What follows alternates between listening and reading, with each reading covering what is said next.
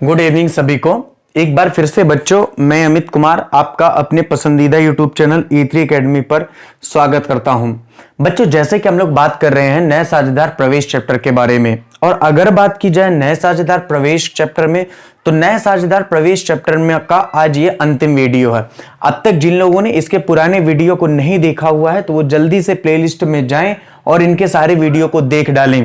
और आज ये चैप्टर भी खत्म हो जाएगा। इस तरीके से chapter number 1, chapter number 2, chapter number 3, chapter number 4 और चैप्टर नंबर 6 हमारे पास खत्म हो चुका है। अगला चैप्टर हम लोग कल स्टार्ट करेंगे। कल दीपावली है, बिल्कुल दीपावली है। एडवांस में आप सभी लोगों को हैप्पी दीपावली, ठीक है। और कल की क्लास भी शाम को रहेगी। 2-3 दिन के बाद क्लास को हम लोग सुबह वापस कर लेंगे। एक्चुअली क्या है, अभी इस टाइम पे हमारा जो स्टाफ है वो छुट्टी पे गया हुआ है, तो एक भैया को हम बुला लिया करते हैं शाम को, जो ये सारा एडिटिंग का काम किया करते हैं।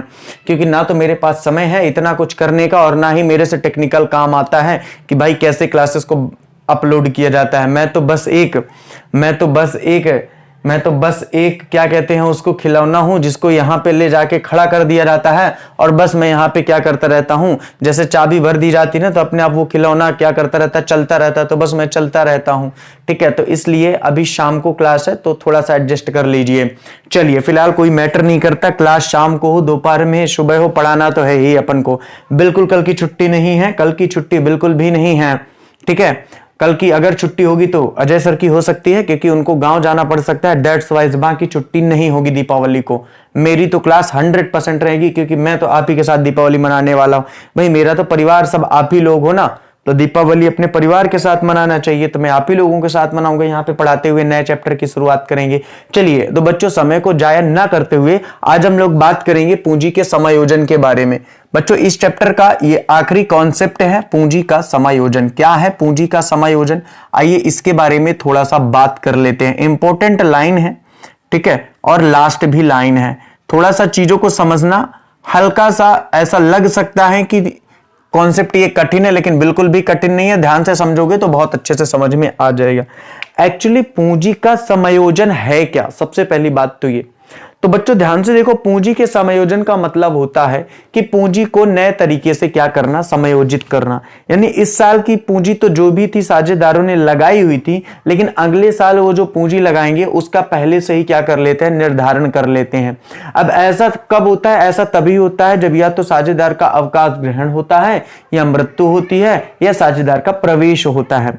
देखिए, हम सबको पता है कि जब नया साझेदार फर्म में, बिल्कुल अब मेरी बातों को ध्यान से देखना, कमेंट में बिल्कुल ध्यान मत दिया करो, इसलिए मैं डेली कमेंट सेक्शन ऑफ भी किए रहता हूं, ताकि प्रॉब्लम ना जाए आपको पढ़ने में, मुझे पढ़ाने में। तो आराम से ईयरफोन लगा लिया करें और 30 से 40 मिनट, 45 मिनट, 50 मिनट, 1 घंटे की जो भी हमारी क्लास रहती है उसको बहुत ही शांतिपूर्वक सुना करें बच्चे, तभी आपको मजा आएगा।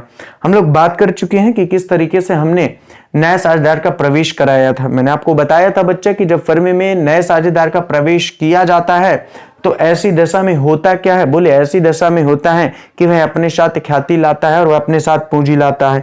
बच्चा, हम सबको पता है कि नया साझेदार ख्याति इसलिए लाता है ताकि फर्म के भविष्य के लाभों में हिस्सा प्राप्त कर सके, और वह पूंजी इसलिए लाता ताकि फर्म के संपत्तियों में हिस्सा प्राप्त कर सके। बच्चा, जब भी नए साझेदार का प्रवेश दिया जाता है पुराने साझेदारों के द्वारा, तो ऐसी दशा में पुराने साझेदार ये तय करते हैं कि अब हम लोग पूंजी का क्या करेंगे, समायोजन करेंगे, पूंजी को समायोजित करेंगे। और पूंजी को समायोजित कितने तरीके से किया जा सकता है, इस बात को भी समझिए।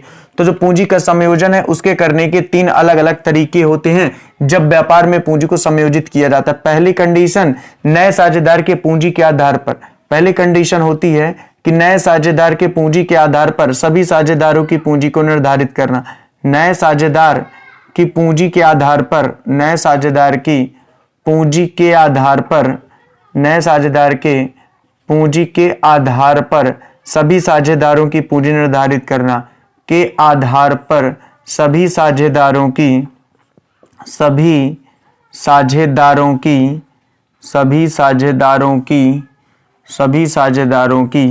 पूंजी निर्धारित करना, सभी साझेदारों की पूंजी निर्धारित करना, सभी साझेदारों की पूंजी निर्धारित करना। नए साझेदार की पूंजी के आधार पर सभी साझेदारों की पूंजी को क्या करना, बोले निर्धारित करना। सभी साझेदारों की पूंजी क्या करना, बोले निर्धारित करना। दूसरा कॉन्सेप्ट क्या है, इस बात को भी समझो। दूसरा कॉन्सेप्ट ये कहता है कि फर्म में नई पूंजी पहले से बता दी जाए, फर्म में नई पूंजी पहले से बता दी जाए और उस नई पूंजी के आधार पर सभी साझेदारों की पूंजी को व्यवस्थित करना। फर्म में नई पूंजी के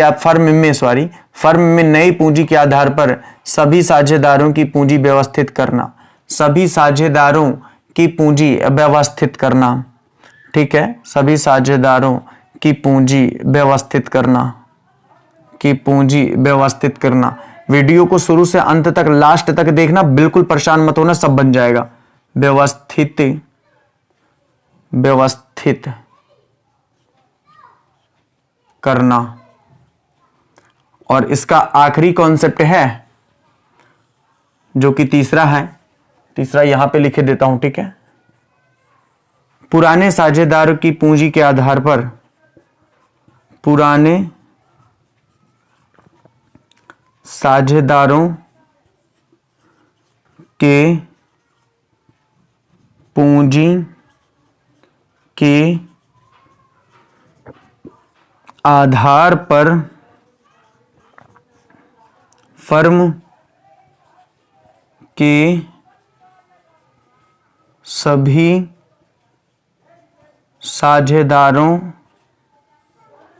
की पूंजी को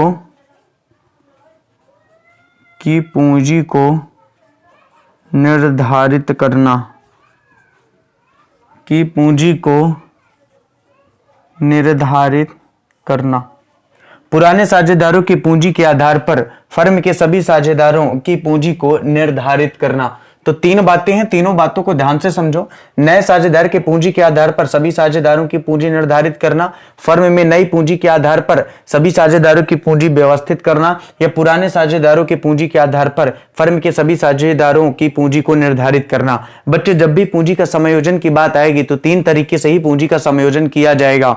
बच्चों, जब भी पूंजी के समायोजन की बात आएगी तो तीन तरीके से ही पूंजी को समायोजित किया जा सकता है। या तो सभी साझेदार नए साझेदार के प्रवेश के समय यह तय कर लें कि नए साझेदार की जितनी पूंजी है उससे फर्म की कुल पूंजी निकाली जाएगी और उस कुल पूंजी को सभी साझेदारों को बांट दिया जाएगा। अब आप मेरे से पूछेंगे, सर मुझे ये कॉन्सेप्ट समझ में नहीं आ रहा है। बेटा, लास्ट तक वीडियो देखना, अपने आप सारा कॉन्सेप्ट समझ में आ जाएगा। सपोज दैट मैंने बताया कि जो दो साझेदार हैं, आ और बा, दो साझेदार हैं, इनका अनुपात 3:2 है। इनका अनुपात कितना है? बोले सर इनका अनुपात 3:2 है। सा को नया साझेदार बनाते हैं जो 1/8 भाग के लिए प्रवेश करता है और ये बच्चा 5,000 रुपये की क्या लाता है? पूंजी लाता है। ये कितनी की पूंजी लाता है? बोले 5,000 रुपये की पूंजी लाता है। यहां तक तो कोई दिक्कत नहीं है। ये कितने की पूंजी लाता है? बोले 5,000 की पूंजी लाता है। अगर यहां से इसकी कुल फर्म की कुल पूंजी निकालेंगे तो क्या होगी? बोले सर ये हमको कहां से पता चला? हद है यार, अगर 1/8 भाग के लिए वो 5,000 की पूंजी लाता है तो कुल पूंजी कितनी हो जाएगी? बोले 40,000 हो जाएगी। कुल पूंजी बच्चा कितनी हो जाएगी? 40,000 हो जाएगी। अब इस 40,000 पूंजी को ही तीनों में बांटा जाएगा, यानी कि आ को भी, बा को भी और सा को भी। यही कहलाता है नए साझेदार के पूंजी के आधार पर सभी साझेदारों की पूंजी का क्या करना? निर्धारण करना। सभी साझेदारों की पूंजी का क्या करना? निर्धारण करना। अब कैसे करेंगे? जब सवाल आएगा तो मैं डिटेल से बता दूंगा, परेशान मत होना। दूसरा, फर्म में नई पूंजी दे दी जाएगी कि फर्म की नई पूंजी अब होगी 80,000। अब इस 80,000 रुपया जो नई पूंजी होगी, इस नई पूंजी को सभी साझेदारों में नए अनुपात में क्या कर देना पड़ेगा? व्यवस्थित कर देना पड़ेगा। ठीक है, मतलब निर्धारित कर दी गई कि फर्म की नई कुल पूंजी अब 80,000 होगी। अब सभी साझेदार अपने हिसाब से क्या करेंगे? व्यापार में अपनी पूंजी लगाएंगे। ठीक है, अगर किसी की कम है तो वापस लाएंगे नई, और यदि ज्यादा है तो उनको वापस कर दी जाएगी। और यहां पे क्या है? पुराने साझेदार की पूंजी को ऐड कर दिया जाएगा। अगर मान लो सपोज दैट कि पुराने साझेदारों की पूंजी जोड़ करके कितनी आ गई है? बोले 40,000 रुपया। ज्यादा दिमाग खर्च नहीं करना है। मैंने आपको पहले ही बता रखा कि जहां ज्यादा दिमाग खर्च करना है वहां पे खर्च करना। ध्यान से समझो, पुराने साझेदारों की टोटल पूंजी आ गई 40,000 और मान लो उन दोनों का हिस्सा मिला करके कितने था? मान लो 1:1 था, यानी 1/2 भाग के लिए यदि पूंजी 40,000 है तो कुल फर्म की पूंजी कितनी हो जाएगी? बोले 80,000 रुपया। अब इस 80,000 को सभी साझेदारों में क्या कर देना है? बांट देना है। बच्चा, अभी 80,000 को क्या कर देना है? सभी साझेदारों में बांट देना है। तो इस प्रकार से यहां पे केवल आपको समझना केवल ये पॉइंट था कि कि पूंजी का समायोजन कितने तरीके से किया जा सकता है। कितने तरीके से किया जा सकता है? 3 तरीके से। पहला तरीका, नए साझेदार के पूंजी के आधार पर फर्म की सभी पूंजी को क्या करना? व्यवस्थित करना। दूसरा तरीका, पुराने साझेदारों की पूंजी के आधार पर सभी साझेदारों की पूंजी क्या करना? व्यवस्थित करना। और बच्चा तीसरा तरीका क्या होता है? तो बोले सर तीसरा तरीका होता है कि फर्म की कुल नई पूंजी पहले से बता दी जाए और उसे सभी साझेदारों को व्यवस्थित करना। बच्चा यही कहलाता है पूंजी का समायोजन। यही कहलाता है पूंजी का समायोजन। बच्चा ना तो आपसे पूंजी के समायोजन की थ्योरी पूछी जाएगी और ना ही कभी आज तक पूछी गई है, ना ही कभी आएगी, ना ही है। और पूंजी के समायोजन का सवाल भी 99 नहीं 100% नहीं आएगा। लेकिन फिर भी जो बच्चे थोड़ा सा अच्छी अकाउंट पढ़ रहे हैं तो अगर ये कॉन्सेप्ट को भी समझ सकते हैं तो समझ लें, और जो कम भी अकाउंट पढ़ रहे हैं बन उनसे भी जाएगा, कोई दिक्कत वाली बात ये है नहीं। ठीक है, क्योंकि इसमें कुछ भी अलग नहीं होगा। अलग क्या होगा इस बात को समझना। अभी तक काफी सारे बच्चे यही नहीं समझ पा रहे हैं कि ये पूंजी का समायोजन करेंगे कहां। बच्चा ये पूंजी का समायोजन होगा टू बैलेंस सीडी पे। अभी तक याद रखो, टू बैलेंस सीडी समझ गए? टू बैलेंस सीडी मतलब पार्टनर्स कैपिटल की जो टू बैलेंस सीडी होता था। अभी तक जो टू सीडी होता था वो क्या करते थे? बोले सर बाई के कॉलम को जोड़ करके टू के कॉलम को घटा करके जो आता था वो टू सीडी लिख देते थे। अब ऐसा नहीं होगा। अब उनकी पूंजी निर्धारित कर देंगे कि आगे चल के वो इतनी ही पूंजी लगाएंगे। अब काफी सारे मेरे से बच्चे पूछ सकते हैं कि टू सीडी का मतलब क्या हुआ करता था। मैंने पहले ही बताया कि बाई बीडी प्रारंभिक पूंजी और टू सीडी अंतिम पूंजी, और अगले वर्ष के लिए उतनी ही पूंजी वो सभी साझेदार लगाने वाले हैं। लेकिन अब से तय हो जाएगा कि कौन सा साझेदार कितनी पूंजी लगाएगा। यदि उससे कम पूंजी है तो वापस लाएंगे, और यदि मान लो ज्यादा पूंजी है तो उनको वापस कर दिया जाएगा। अब एक क्वेश्चन को देखिए तो चीजें आपको और अच्छे से क्लियर हो जाएंगी। एक क्वेश्चन को देखिए, कल मैंने आपसे एक क्वेश्चन छुड़वाया हुआ था, क्वेश्चन नंबर 41, 42, 43 मैंने बताया हुआ था और क्वेश्चन नंबर 41 मैंने छुड़वाया हुआ था, क्योंकि इस क्वेश्चन नंबर 41 में पूंजी का समायोजन ही था। तीनों कंडीशन में एक कंडीशन आप समझ लो, खासकर वो वाली जब नए साझेदार की पूंजी के आधार पर, जब नए साझेदार की पूंजी के आधार पर सभी साझेदारों की पूंजी को क्या करना है? व्यवस्थित करना है। क्योंकि वही कॉन्सेप्ट अगर आने का चांसेस है तो आ सकता है, बहुत खराब किस्मत हुई तब तो परेशान मत हो, बन आपसे तीनों ही जाएंगे। ध्यान से देखो तो लिखा हुआ है क्वेश्चन नंबर 41 पर लगा दीजिए। ओम राम तथा शांति एक फर्म में साझेदार थे। 3:2:1 के अनुपात में लाभ बांटते हैं। 1 अप्रैल 2014 को उनका स्थिति विवरण निम्न प्रकार था। पूंजी खाते दिए हैं, ओम का, राम का, शांति का, संचय दिया हुआ, क्रेडिटर्स दिया हुआ, बिल्स पेबल। सीधे समायोजन पे आते हैं। वह अपनी पूंजी के लिए 1 लाख रुपया लाएगा और लाभ में उसका भाग 1/10 रहेगा, कोई दिक्कत नहीं है। वह ख्याति को प्रीमियम के अपने भाग के लिए आवश्यक राशि लाएगा। फर्म की ख्याति का मूल्यांकन 3 लाख किया गया है। बच्चे एक बात यहां पे नोट कर लो, ये जो ख्याति दी हुई है ना, ये ख्याति हनुमान की नहीं दी हुई है। ध्यान से क्वेश्चन को देखो, ऐसे ही क्वेश्चन तो आप गलत करके चले आते हो। ये फर्म की ख्याति दी है 3 लाख रुपया, इसमें हनुमान की ख्याति निकालना पड़ेगा। कितनी होगी? बोले 3 लाख का 10%, मतलब 1/10 उसका हिस्सा है ना यार। फर्म की कुल ख्याति है 3 लाख और उसमें उसका हिस्सा 1/10 यानी 30,000 है। उस 30,000 की ख्याति को पुराने साझेदारों में त्याग अनुपात में बांटी जाएगी। अब देखो मैं आगे डिटेल में क्यों नहीं बता रहा हूं ज्यादा, क्योंकि इतना आप क्या डिटेल बताना भाई। फर्म की कुल पूंजी में से नए साझेदार, फर्म की कुल ख्याति में से नए साझेदार की ख्याति को निकालना आपको नहीं पता। उसके हिस्से का 1/10 है तो 30,000 आएगा। 30,000 को पुराने साझेदारों में त्याग अनुपात में बांटना है। अगर इसको भी मुझे आप भी लास्ट वीडियो में डिटेल से करके बताना पड़े तब तो फिर आपका अकाउंट पढ़ना ही कुल मिला के समझ लीजिए व्यर्थ है। ठीक है, आगे बट्टे पर बुनाए गए प्राप्त बिल 18,000 की देता है। स्टॉक तथा फर्नीचर के मूल्य को 20% से घटाया जाएगा। भूमि तथा भवन के मूल्य को 10% से बढ़ाया जाएगा। साझेदारों के पूंजी खाते का समायोजन। अब देखिए यहां पे आ गया ना समायोजन। कोई एक बच्चा मेरे से पूछा था कि सर पता कैसे चलेगा कि समायोजन का सवाल है। देख ले, आंखें फाड़ फाड़ के देख ले, बटन जैसी जो आंखें हैं उसका इस्तेमाल कर। साफ साफ लिखा हुआ है कि साझेदारों के पूंजी खाते का समायोजन हनुमान की पूंजी के आधार पर किया जाए। उनके लाभ सहभाजन अनुपात में चालू खाता खोलकर किया जाए। पुनर्मूल्यांकन खाता तथा साझेदारों के पूंजी खाते तैयार कीजिए। बच्चा मैंने आपको 3 कंडीशन बताई थी पूंजी के समायोजन की। मैंने बताया था कि जब नए साझेदार के पूंजी के आधार पर सभी साझेदारों की पूंजी को क्या करना है? व्यवस्थित करना है। उसे ही हम लोग क्या कहते थे? बोले उसे ही हम लोग कहते थे नई पूंजी के नए साझेदार की पूंजी के आधार पर पूंजी का क्या करना, समायोजन करना। बच्चे यहाँ पे जो कंडीशन दी हुई है, यहाँ पे जो कंडीशन दी हुई है वो पहले ही कंडीशन दी हुई है, यानी नए साझेदार की पूंजी के आधार पर सभी साझेदारों की पूंजी क्या करना, बोले व्यवस्थित करना। आपने देख ही लिया होगा भाई, नया साझेदार हनुमान, और हनुमान की पूंजी के आधार पर ही तो सभी साझेदारों की पूंजी को व्यवस्थित करना है। लेकिन हमारा रिवैल्यूएशन में इसका कोई इंपैक्ट नहीं पड़ेगा, हमारा जो भी इंपैक्ट पड़ेगा वो पूंजी खाते में पड़ेगा। भाई मेरे पूंजी का समायोजन तो पूंजी खाते में होगा ना, तो रिवैल्यूएशन तो जल्दी से बना लेते हैं। चलिए, पहले दिया हुआ है कि बट्टे पर बुनाए गए प्राप्य बिलों के लिए 18,000 की एक देयता बनाई गई है।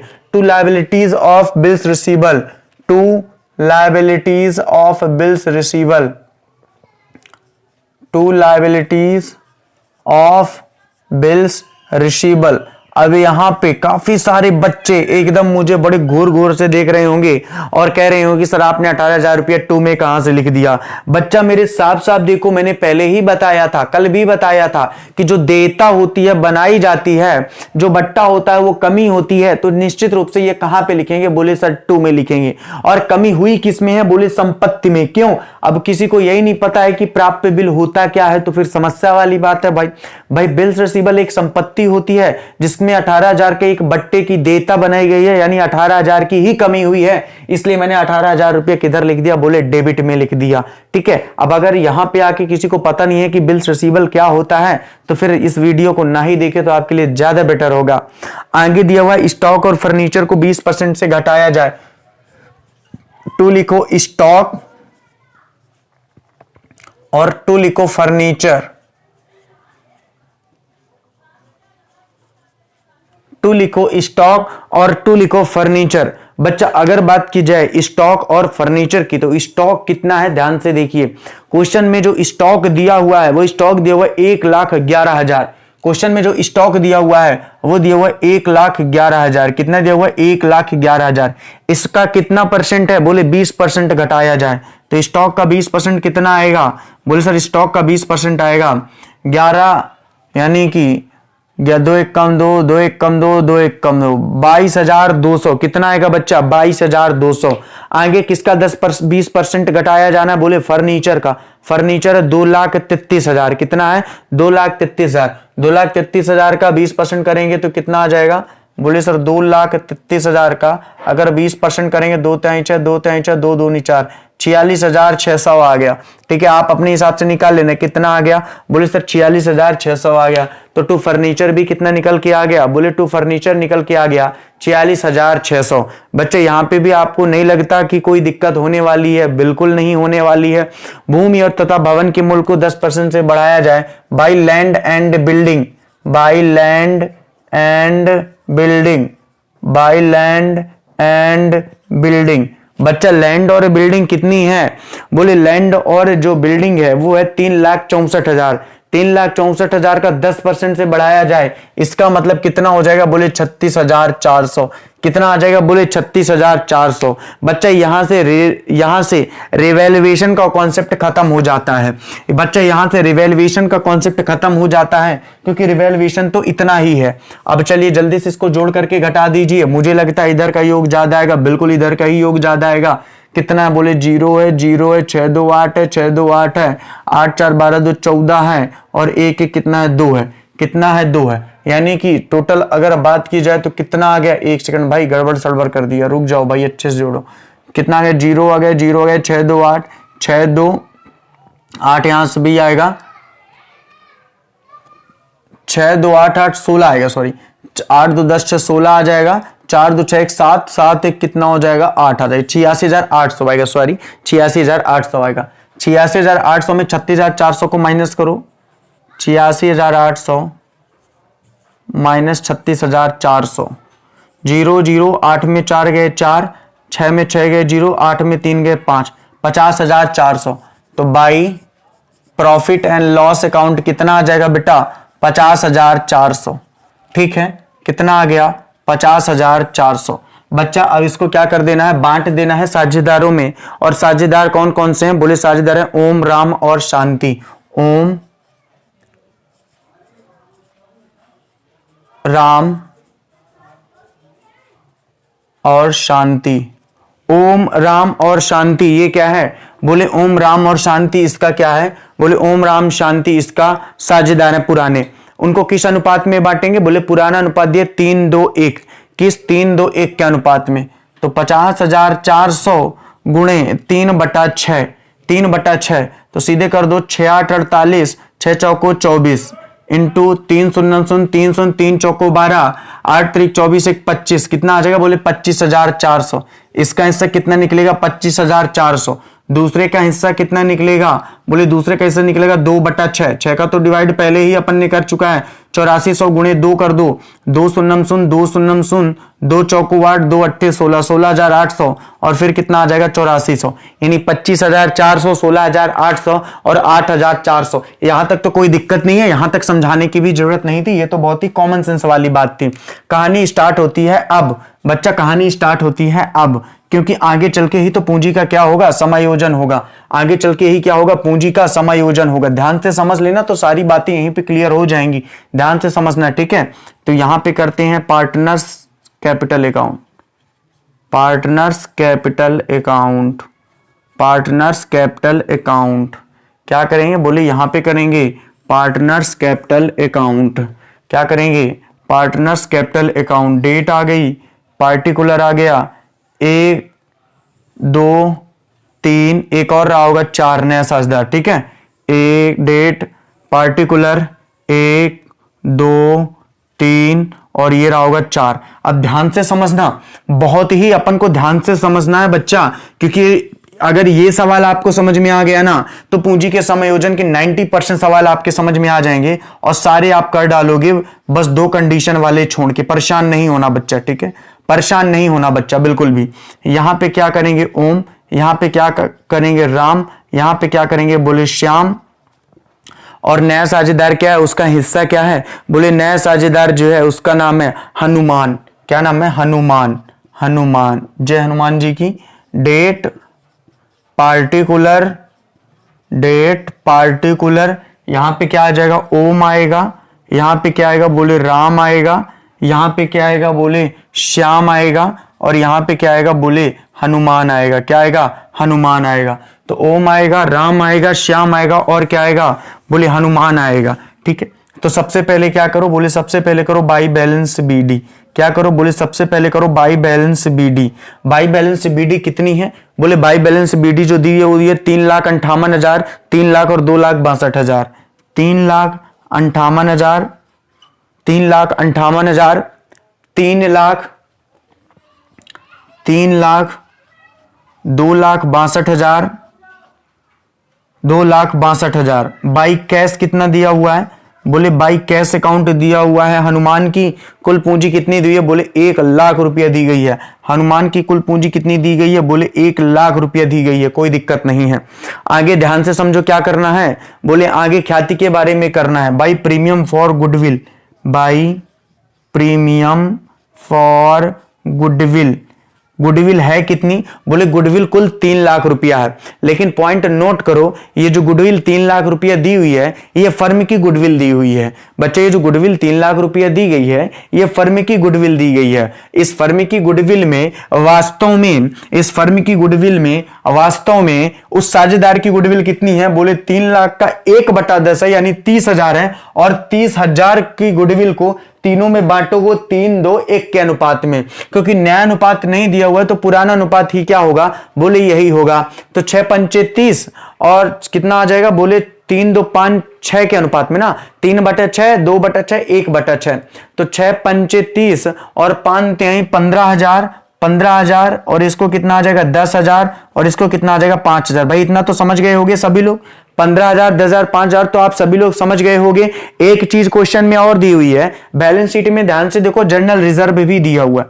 बच्चा बैलेंस शीट में ध्यान से देखो जनरल रिजर्व भी दिया हुआ है। और हम सबको पता है कि बैलेंस शीट में दिए गए जनरल रिजर्व, रिजर्व फंड और प्रॉफिट एंड लॉस को पुराने साझेदारों के, बच्चा पुराने साझेदारों के पूंजी खाते में बाई साइड में पुराने अनुपात में बांट दिया जाता है। जनरल रिजर्व दिया हुआ है बच्चा, जनरल रिजर्व दिया हुआ 48,000। कितना दिया हुआ? 48,000। तो 48,000 को बांटो जल्दी से, 3/6 बांटोगे तो 6 8 48, 8 3 24,000, 8 त्रिक 24,000, 8 दूनी 16,000 और कितना आ जाएगा, बोले 8,000। मुझे नहीं लगता कि किसी को यहाँ कोई भी समस्या है, यहां तक का कोई दिक्कत किसी को कोई भी इशू नहीं होना चाहिए। बहुत ही सिंपल सा मैंने किया। और एक चीज यहां पे लिख लेते हैं, टू रिवैल्यूएशन लॉस। क्या लिख लेते हैं, बोले लिखते हैं टू रिवैल्यूएशन लॉस। सर इस सवाल पे पूंजी का समायोजन है, बिल्कुल मुझे पता है, तो आप क्यों नहीं कर रहे हैं, बोले अब करेंगे। कैसे, यही तो कॉन्सेप्ट है। पूंजी का समायोजन का मतलब क्या होता है, इस बात को समझना है। पूंजी का समायोजन का मतलब होता है कि जो ये पूंजी होगी टू बैलेंस सीडी, ये अब निर्धारित रहेगी। बच्चा ये जो टू बैलेंस सीडी है ना, वो अब निर्धारित रहेगी, वो अब डिसाइडेड रहेगी। अब ऐसा बिल्कुल नहीं होगा कि बाई साइड के सारे कॉन्सेप्ट को जोड़ करके टू साइड से घटा देंगे और जो उत्तर आ जाएगा वो टू बैलेंस सीडी हो जाएगा। बच्चा यही है पूंजी का समायोजन। मतलब फर्म की पूंजी पिछले बार तो ये लगी थी 3,58,000, 3 लाख और 2,62,000, लेकिन इस बार के बाद से ये नहीं लगेगी। तो क्या इनको घटा करके घटा दें तो वो लगेगी, वो भी नहीं लगेगी, क्योंकि इस बार स्पष्ट बोल दिया गया है कि जो फर्म की नई पूंजी लगेगी वो हनुमान की पूंजी के आधार पर तय की जाएगी, यानी नए साझेदार की पूंजी के आधार पर तय की जाएगी। अब बस रट्टा मार लो, ये थोड़ा सा समझ लो मेरे कॉन्सेप्ट को तो मजा आ जाएगा। अब ध्यान से समझना मेरी बातों को, प्लीज ध्यान से एकदम समझना। हनुमान का भाग है 1/10, हनुमान का भाग है 1/10। हनुमान 1/10 भाग के लिए कितनी पूंजी ला रहा है, बोले 1 लाख रुपया ला रहा है। कितनी पूंजी ला रहा, बोले 1 लाख रुपया ला रहा है। अब ये बताओ कि फर्म की कुल पूंजी कितनी हो जाएगी, बोले फर्म की कुल पूंजी हो जाएगी 10 लाख रुपया। इस बात में किसी को दिक्कत तो नहीं है भाई, बहुत ही सिंपल सा है। 1/10 भाग के लिए हनुमान कितनी पूंजी ला रहा है, 1 लाख रुपया। हनुमान की पूंजी के आधार पर सभी की पूंजी डिसाइड करना है तो फर्म की कुल पूंजी निकालना पड़ेगा। अगर हनुमान 1/10 भाग के लिए 1 लाख पूंजी लाता है तो कुल फर्म की पूंजी 10 लाख रही होगी। इस 10 लाख में से हनुमान की पूंजी तो कन्फर्म है कितनी थी, 1 लाख थी। अब ऐसा थोड़ी ना है कि हनुमान बार बार पूंजी लाएगा, हनुमान की पूंजी तो कंफर्म थी। बची कितनी पूंजी, बोले बची पूंजी 9 लाख रुपया। बची कितनी पूंजी, बोले 9 लाख रुपया। अब इस 9 लाख की पूंजी को क्या करेंगे, बोले 9 लाख की पूंजी को इन तीनों में पुराने अनुपात में बांट देंगे। 9 लाख की पूंजी को इन तीनों साझेदारों में पुराने अनुपात में बांट देंगे, यानी कि 3/6, 2/6 और 1/6। तो कितना आएगा, बोले 6 कम 6, 6 पंचे 30, 1.5 लाख और 1.5 तय कितना करेंगे, बोले 3 शून्यम शून्य 3 शून्यम शून्य 3 शून्यम शून्य और 3 पचे 15 और 3 एकम 3 एक 4, यानी कितना करेंगे 4,50,000। 2/6 करेंगे तो कितना आएगा, बोले ये आएगा 3 लाख रुपया और ये कितना आएगा, बोले 1,50,000 रुपया। और इसका तो कंफर्म ही था पहले से, कितना 1 लाख रुपया। 4,50,000 रुपया, 3 लाख रुपया, 1,50,000 रुपया और 1 लाख रुपया। सर समझ में नहीं आया, मुझे भी समझ में नहीं आया। मैंने क्या किया भाई, मेरे ध्यान से क्वेश्चन को सुनो। मैंने आपको पहले ही बता रखा है कि जो पूंजी का समायोजन किया जाता है वो नए साझेदार के पूंजी के अनुपात में या तो पूंजी का समायोजन किया जाएगा, या तो सभी फर्म की कुल पूंजी दी रहेगी उस पर समायोजन किया जाएगा, या तो पुराने साझेदार अपनी पूंजी के आधार पर पूंजी का समायोजन करेंगे। यहां पे जो कंडीशन थी, साफ साफ क्वेश्चन में लिखा गया था कि हनुमान के पूंजी के आधार पर सभी साझेदारों की पूंजी को व्यवस्थित करना है। अब हनुमान का जो हिस्सा था वो 1/10 भाग के लिए 1 लाख रुपया था। इस 1 लाख रुपया का फर्म का कुल पूंजी निकल आई 10 लाख रुपया। कितनी निकल आई, 10 लाख रुपया। ये जीरो कम है क्या, इकाई, दाई, सैकड़ा, हजार, 10 लाख, अरे जीरो बढ़ा ले रहे ना, बोल तो रहा हूं 10 लाख रुपया। अब इस 10 लाख में से 1 लाख जो हनुमान की थी घटा दिया हमने, तो बची पूंजी कितनी, 9 लाख रुपया।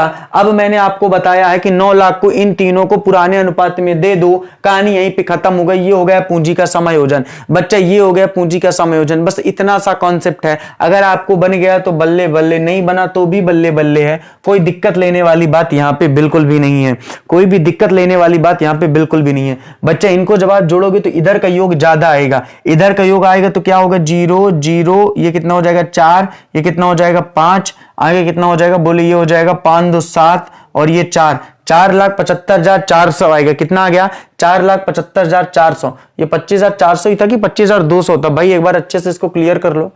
ये 25,400 था, 25,200 था, 50,400 को डिवाइड किया था ना, गड़बड़। हाँ किसी बच्चे ने मुझे कमेंट भी किया था यार, एक सेकंड।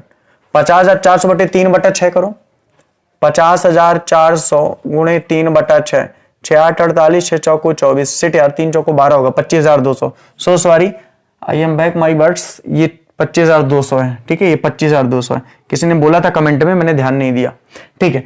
तो कोई बात नहीं है, 25,200। कैलकुलेशन पे ध्यान मत दिया करो, कभी कभार अगर कैलकुलेशन मिस्टेक्स हो जाती है तो, ठीक है। तो ये 45,000 कितना आ जाएगा, बोलिए 45,200 आ जाएगा, कोई दिक्कत नहीं, जल्दबाजी में हो जाता है कभी कभार, ठीक है।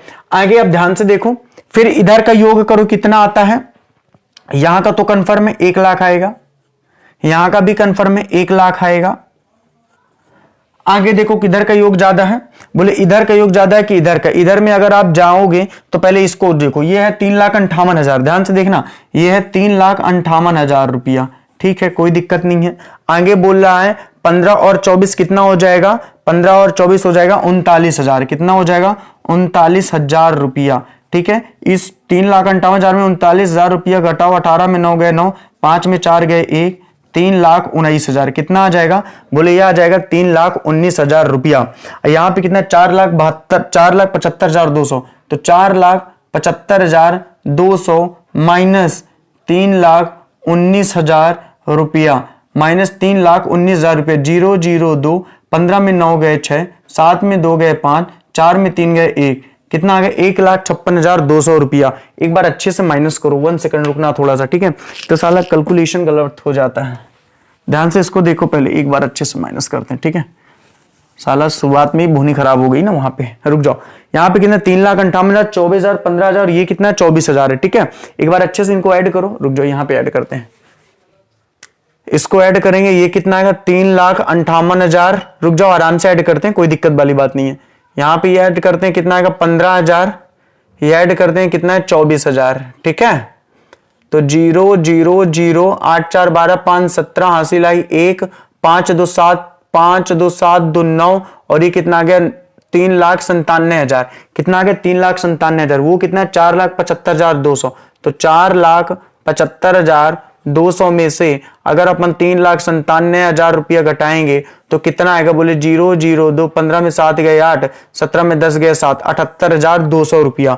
और ये 78,200 रुपया कहां जाएगा, बाई करंट अकाउंट में जाएगा, यानी कि चालू खाता खोल करके उससे मंगाया जाएगा, कितना 78,200 रुपया। अब आप में से कुछ बच्चे मेरे से पूछ सकते हैं कि ये करंट अकाउंट कहां से आया, मंगाया जाता टू सीडी ना लिखते हैं। भाई मेरे क्वेश्चन को ध्यान से पढ़ो, क्वेश्चन को ध्यान से पढ़ो, क्वेश्चन में साफ साफ लिखा हुआ है कि जो नया साझेदार जब पूंजी लगाएगा तो उसके बाद जो भी घटेगी या बढ़ेगी तो चालू खाता खोलकर किया जाएगा, यानी जो भी घटेगा बढ़ेगा वो चालू खाता खोलकर किया जाएगा, और चालू खाते में करंट अकाउंट ही होता है, आप सबको पता है। इधर का योग करो और इधर का, तो इधर का योग जब तुम करोगे तो कितना आएगा, बोले ये करेंगे तो यह आ जाएगा 3,26,000, कितना आ जाएगा, बोले ये आ जाएगा 3,26,000। इधर का योग करोगे तो ये कितना रहा 3,16,800, तो 3,26,000 में 3,16,800 रुपया बच्चा जब तुम घटाओगे तो 0 0 10 में 8 गए 2, 16 में 9 गए 7, 2 में 2 गए 0, ये कितना आ गया 7200 आ गया, कितना आ गया, बोले सर 7200 आ गया या 9200, कितना आएगा भाई 16 में ये यार, तो यार मां कसम 10 में 8 गए 2, 16 में 7 गए 9 आएगा, 9200 आएगा, ठीक है। दीपावली के दिन ऐसा तो कुछ करते नहीं है, पता नहीं दिमाग कहां गायब हो गया। टू करेंट अकाउंट, ठीक है, कैलकुलेशन थोड़ा सा बड़ा है। टू करेंट अकाउंट कितना हो जाएगा 9200 हो जाएगा, कितना आ जाएगा 9200 आएगा, ठीक है। और यहाँ पे टोटल कितना आ जाएगा, बोले 3,26,000। अब 16 में 6 घटा रहे हैं 7 लिख रहे हैं, हद है ना। 3,26,000 हो जाता है कभी कभार, बोनी खराब हो गई ना आज यहां से, इसलिए वो लास्ट तक गलत ही जाएगा आज का सेशन। 2,62,000, सवाल गलत, कैलकुलेशन गलत होगा, सवाल कछु नहीं होने वाला है, ठीक है, इस बात की हमेशा याद रखना। 2,62,000, फिर क्या है 5 8 5 13,000, 8 5 13,000, कितना आ जाएगा 3 2 5 6 1 7 2, 2,75,000। 2,75,000 में माइनस कर दोगे किसको, 2,75,000 में माइनस कर दोगे इसको, ये कितना है, बोले 4 8 5 13, 2,34,000, 2,34,000, 2,34,000, 5 में 4 गए 1, 7 में 3 गए 4, ये 41,000, कितना आ रहा है 41,000 आ रहा है इसका, 41,000 आ रहा है, पक्का कंफर्म करो इसका भाई, एक बार फिर से करो इसका, फिर मिस्टेक हुआ है, पक्का मिस्टेक हुआ है यहाँ पे, फिर से एक बार फिर से जोड़ो क्या आता है। और मैंने पहले ही बता दिया ना कि अगर थोड़ी सी मिस्टेक शुरुआत में हो गई ना तो पक्का मानो कि पूरे टाइम मिस्टेक ही होगा। यहां पे जोड़ो 2,62,000, ठीक है, कोई दिक्कत नहीं है। फिर यहां करो कितना 8 5 13,000, ये आ गया 13,000, ठीक है। तो 0 0 0 3 2 5 6 1 7 2 कितना आ गया, ये आ गया 2,75,000। ये कितना आ गया, 2,75,000। तो यहां पे लिखो 2,75,000, ठीक है। यहां पे हमने कितना लिख दिया, बोले यहां पे हमने लिख दिया 2,75,000। अब यहां का ऐड करो, कितना आता है, बोले ये आता है आपका 1,50,000 और 8400 ना, 1,50,000, तो वही तो गड़बड़ कर दिया था। तो ये 1,58,400 आएगा ना, 1,58,400 माइनस करेंगे ना, वही तो मिस्टेक हो रहा था। 0 0 10 में 4 गए 6, 15 में 9 गए 6, 7 में 6 गए 1, 2 में 1 गए 1, 1,16,600 आएगा, 1,16,600 आएगा, 1,16,600 आएगा, 1,16,600 आएगा। कहने का मतलब है कि चीजें में कोई दिक्कत नहीं थी, कैलकुलेशन थोड़ा सा मैंने गलत कर दिया था बस, ठीक है। अब इसमें देखो कहानी हुई क्या है, कहानी हुई क्या है, इस बात को समझो। कहानी ये हुई है कि इसे कुल 4,50,000 लगाना था। इसे कुल कितना लगाना था, 4,50,000, जबकि ये 4,50,000 नहीं ला रहा था। ये कितना कम ला रहा था, 27,800 रुपया। तो एक ओम को 78,200 रुपया नया लाना पड़ेगा, ओम को 78,200 रुपया और लाना पड़ेगा। इसको लगाना था 3 लाख रुपया, लेकिन ये ज्यादा लगा रहा था, तो 9200 रुपया इसको क्या कर दिए गए, रिटर्न कर दिए गए। इसको लगाना था 1,50,000 रुपया, ज्यादा लगा रहा था, इसलिए इसको 1,16,600 रुपया क्या कर दिया गया, बोले सर 1,16,600 रुपया इसको रिफंड कर दिया गया। क्या कर दिया गया, बोले इसको रिफंड कर दिया गया। और अगर बात की जाए तो ये तो 1 ही लाख रुपया लगा रहा था ना, ये तो 1 ही लाख रुपया लगा रहा था, तो 1 लाख रुपया यहां पे आ गया। बच्चा मुझे नहीं लगता कि किसी को कोई भी समस्या होने वाली है। तो बस ये छोटा सा कॉन्सेप्ट है, इसको याद रखना। यही है बच्चा पूंजी का समायोजन, ठीक है, यही है बच्चा पूंजी का समायोजन। बिल्कुल भी टफ नहीं है, इसको मत सोचना कि टफ है। देखो कैलकुलेशन थोड़ा सा बढ़ा गया, बाकी सवाल टफ नहीं है कि तुम कहो कि सर ये सवाल तो थोड़ा सा कठिन है। बिल्कुल कठिन नहीं है। क्या इसमें कठिन है, कुछ भी तो कठिन नहीं है। चलो ठीक है, इसका स्क्रीनशॉट ले लो, अगले सवाल पे चलते हैं।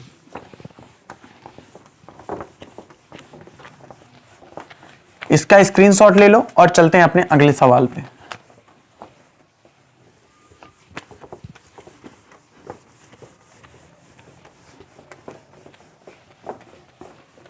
चलते हैं अपने अगले सवाल पे।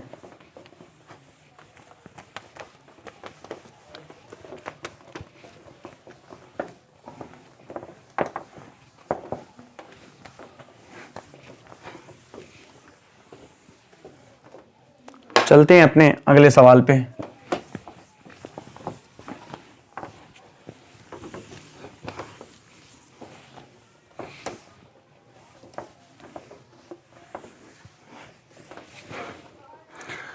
तो अब लगा दीजिए सर, क्वेश्चन नंबर 42 43 तो हम लोगों ने कर लिया था। क्वेश्चन नंबर 44 को, क्वेश्चन नंबर 44 ध्यान से देखो बच्चों, क्वेश्चन नंबर 44 को। अच्छा क्वेश्चन है, इसको ध्यान से देखना, ठीक है। ए और बी सी साझेदार हैं। उन्होंने लाभ विभाजन को 6/14, 5/14, 3/14 में बांटा। उनका स्थिति विवरण निम्नलिखित दिया हुआ है। उन्होंने दा को निम्नलिखित शर्तों पर 1/8 भाग का साझेदार बनाना स्वीकार किया। दा को ख्याति के लिए 4200 रुपया, अपने हिस्से की पूंजी 7,000 लाने होंगे। फर्नीचर पर 12% का हास लगाना है। स्टॉक में 10% की कमी करना है। 5% संदिग्ध ऋणों के लिए संचित कोष जमा करना है। भूमि और भवन को बढ़ाना है। और लास्ट की जो लाइन दी है वो इंपॉर्टेंट है, उसमें लिखा हुआ है कि उपयुक्त संयोजन करने के पश्चात पुराने साझेदारों की पूंजी खाते जो कि लाभ अपने पहले अनुपात में बांटेंगे, दा की पूंजी के अनुपात में क्या किए जाए, समायोजित कर दिए जाएं। यहां पे भी वही कंडीशन है, नया साझेदार दा है, उसी की पूंजी के अनुपात में सभी साझेदारों की पूंजी को व्यवस्थित करना है। तो जो बच्चा पिछला सवाल नहीं समझ पाया वो इस सवाल को समझ ले, कोई दिक्कत वाली बात है नहीं। क्वेश्चन नंबर कौन सा है, 44 है। क्वेश्चन नंबर कौन सा है, 44 है। वैसे पिछले सवाल में भी ऐसा कुछ था नहीं, थोड़ा सा बच्चा कैलकुलेशन 1-2 जगह प्लस माइनस करने में मिस्टेक्स हो रही थी, ठीक है। और साधारण सी बात है, मैं भी एक इंसान हूं, तो हो जाता है कभी कभार, है ना। और बिल्कुल मेरे से तो अक्सर कैलकुलेशन का मिस्टेक हो ही जाता है, ठीक है। तो इसको आप भी थोड़ा सा समझ सकते हैं। चलो पहले क्या दिया हुआ है जल्दी से करते हैं अब, क्योंकि यहां पे इतना लेट करने की जरूरत नहीं है, क्योंकि सारा चीज कॉन्सेप्ट क्लियर है। भाई बोल रहा है कि 12% अवक्षेपण करना है फर्नीचर पे। फर्नीचर दिया 3500 रुपया, 3500 का 12% कितना होगा, 12×5 = 60, 12×3 = 36×6 = 42। To furniture 420, to furniture 420, to furniture कितना आ गया, बोले टू फर्नीचर आ गया 420। आगे बच्चा क्या दिया हुआ है, स्टॉक में 10% की कमी करना है। बोले स्टॉक कितना दिया हुआ है 14,000, 14,000 का 10% कितना आ जाएगा 1400 रुपया। टू स्टॉक 1400 आ जाएगा। टू स्टॉक कितना आ जाएगा, बोले 1400 रुपया आ जाएगा, कोई दिक्कत नहीं है। टू स्टॉक कितना आ गया 1400 रुपया आ गया। आगे यदि बात की जाए तो क्या बोला 5% संदिग्ध ऋण के लिए संचित करना है। हमें पता है संदिग्ध ऋण 12,000 पर निकालेंगे, सॉरी 12,600 पर निकालेंगे। 12,600 का 5% निकालेंगे तो 12 पंचे 60 और 5 तेई 15 यानी कि 630 आएगा। ठीक है, 5 चका 30, 5 दूनी 10, 3 13, 5 1 5 1 6, 630। टू बैड डेब्ट रिजर्व कितना आ जाएगा 630 आ जाएगा। तो बैड डेब्ट रिजर्व कितना आ जाएगा 630 आ जाएगा।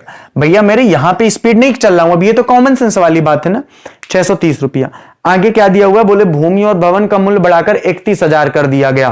भूमि और भवन 24,000 दिया गया है, यानी कि 7,000 रुपया सीधे सीधे लैंड एंड बिल्डिंग बढ़ा दी गई है। 7,000 रुपया सीधे सीधे लैंड और बिल्डिंग क्या कर दी गई है, बोले बढ़ा दी गई है। तो यहां सीधे सीधे लिखो 7,000 रुपया। कितना लिखोगे, बोले 7,000 रुपया। कोई दिक्कत नहीं है, जल्दी से इसको प्लस माइनस कर दो। एक चीज तो यहां से खत्म हो गई, कोई इश्यू वाली बात है ही नहीं अपन को। ठीक है, और इस बार जो योग है वो किधर का ज्यादा है, इस बार जो योग है वो उधर का ज्यादा है, तो कोई दिक्कत नहीं है भाई। अगर उधर का ज्यादा है तो इधर कर दो। यहाँ पे टोटल करो इसको, ये कितना आता है, बोले 7,000 आता है। इनको जल्दी से ऐड करो, कितना आता है, बोले 0 5 4 4 8 6 14 1 1 2 2450। 7,000 में यदि अपन माइनस करेंगे तो 0, 10 में 5 गए 5, 10 में 5 गए 5, 7 में 3 गए 4, 4,550। To profit and loss account कितना आ जाएगा, बोले to profit and loss account आ जाएगा 4,550। यहाँ पे कितना आएगा, बोले ये आएगा 7,000। कितना आएगा 7,000। 4,500 ये कितना आया 50 आया। इसमें घटा दो। नाम क्या है साझेदारों के, बोले नाम है ABC। क्या नाम है ABC, तो यहाँ पे A लिखो, यहाँ पे B लिखो, यहाँ पे C लिखो। किस अनुपात में बांटना है, अनुपात भी दिया हुआ है। अनुपात 6/14, 5/14 और 3/14।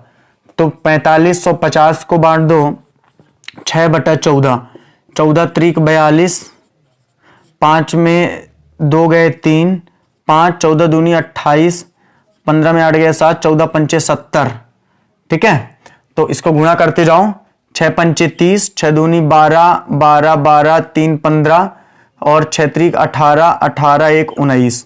5/14 है तो 5 25, 5 25, 5 दूनी 10, 2 12, 5 3 15 1 16, 6 5 11, 3/14 है तो 3 25 15, 3 दूनी 6 1 7, 3 त्रिकाई 9, 1950, 16 25 975, 1925 16 25 और 900 कितना आ गया 75 आ गया। तो ठीक है बच्चा, ये हमारा क्या बन के तैयार हो गया, बोले ये हमारा बन के तैयार हो गया रिवैल्यूएशन। रिवैल्यूएशन ठीक है, थोड़ा नीचे कर देते हैं ताकि वो चीजें थोड़ा सा और भी अच्छा दिखाई दे। यहां पे कर देते हैं इतना बड़ा। ठीक है, यहां पे इसको टोटल कर दो 7,000 और यहां पे कर दो 4550। ठीक है, ठीक है, शोभा ना बिगड़ने पाए भाई। यहां पे हमने कर दिया कितना, बोलिए आ गया 7,000 और यहां पे ठीक है। अब देखो इसकी जब हम लोग पार्टनर्स कैपिटल बनाएंगे तो कैसे बनाएंगे, ध्यान से समझना।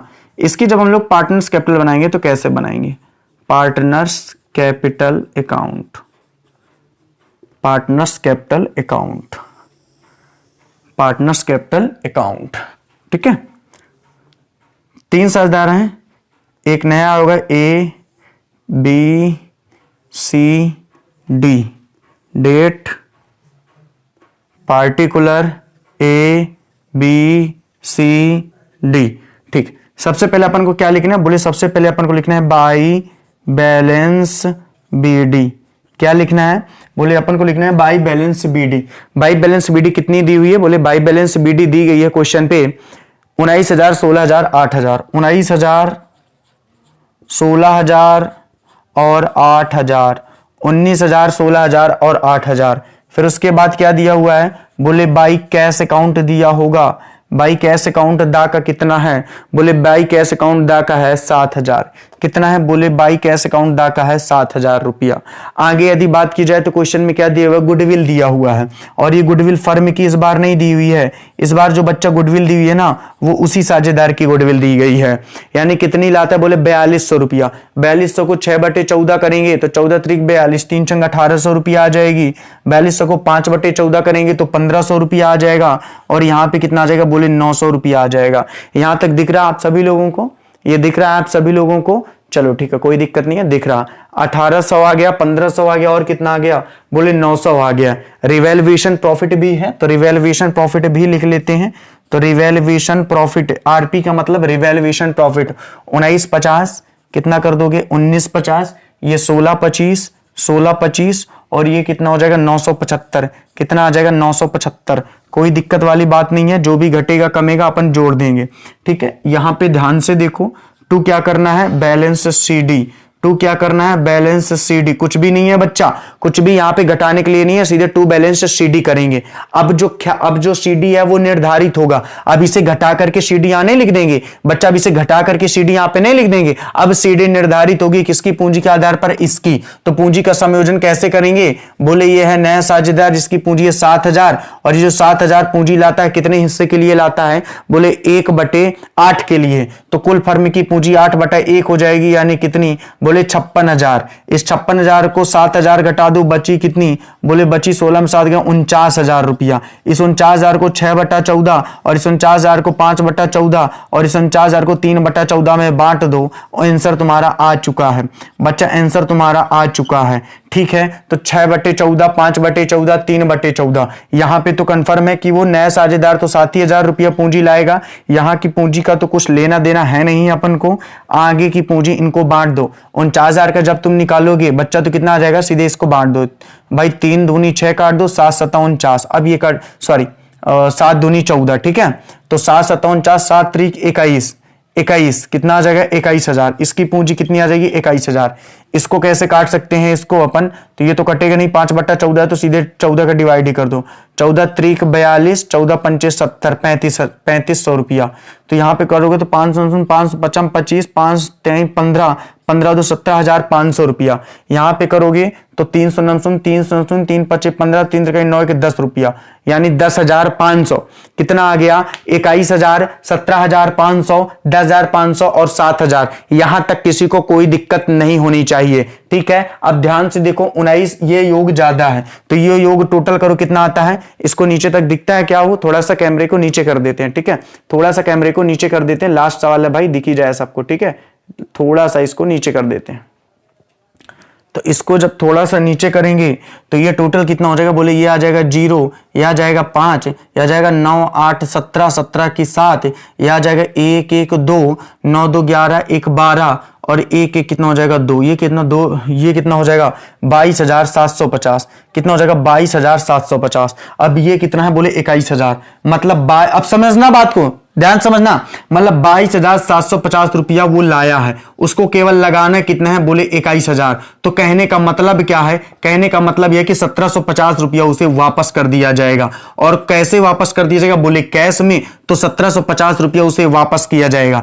बोले ये 1750 है क्या, बोले ये है कि वो 22,750 रुपया उसकी कुल पूंजी लगेगी, लेकिन पूंजी उसको लगाना है 21,000 रुपया संयोजन के बाद, तो 1750 रुपया उसका क्या हो जाएगा, रिफंड हो जाएगा। क्या हो जाएगा, रिफंड। इधर का योग करो, 5 आ गया, 2 आ गया, 6 5 11 आ गया, 6 7 8 1 9 आ गया, एक ये आ गया 19,125, जबकि लगाना कितना है 19,125 रुपया उसका लगना चाहिए था, लेकिन उसको लगाना केवल 17,500 है, मतलब 5 2 6 9 में 8 1625 रुपया उसको वापस कर दिया जाएगा। 1625 रुपया उसे बच्चा क्या कर दिया जाएगा, वापस कर दिया जाएगा। बोले ये बात समझ में आ गई है, 1625 रुपया उसको वापस कर दिया जाएगा। इधर का योग करो तो 10,500, ये योग ज्यादा है, इसको माइनस करो तो 8,900 प्लस 975, तो 8,900 प्लस 975, तो 5 7 8 9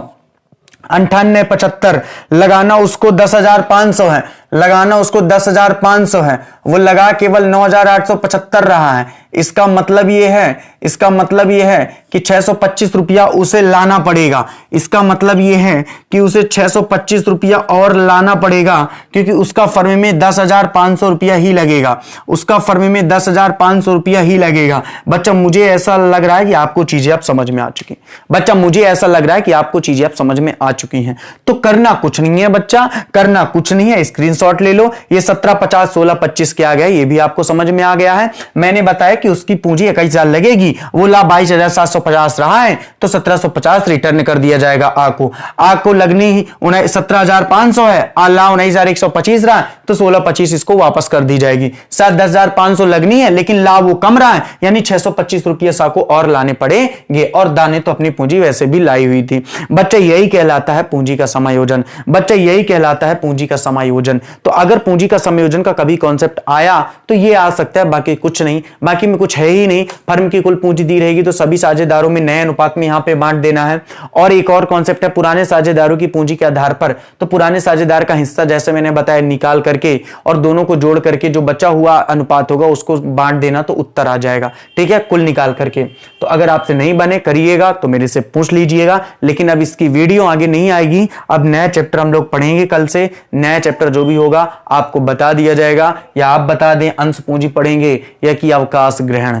चलिए ठीक है, आप नहीं भी बताएंगे तो भी मैं अपने से पढ़ाऊंगा और आप बताएंगे तो भी मैं अपने से ही पढ़ाऊंगा, लेकिन फिर भी राय लेना अच्छी बात है, छोटों से भी लेना चाहिए। तो चलिए ठीक है, बाय बाय, गुड नाइट, चलते हैं, सर की क्लास होगी आगे, बाय।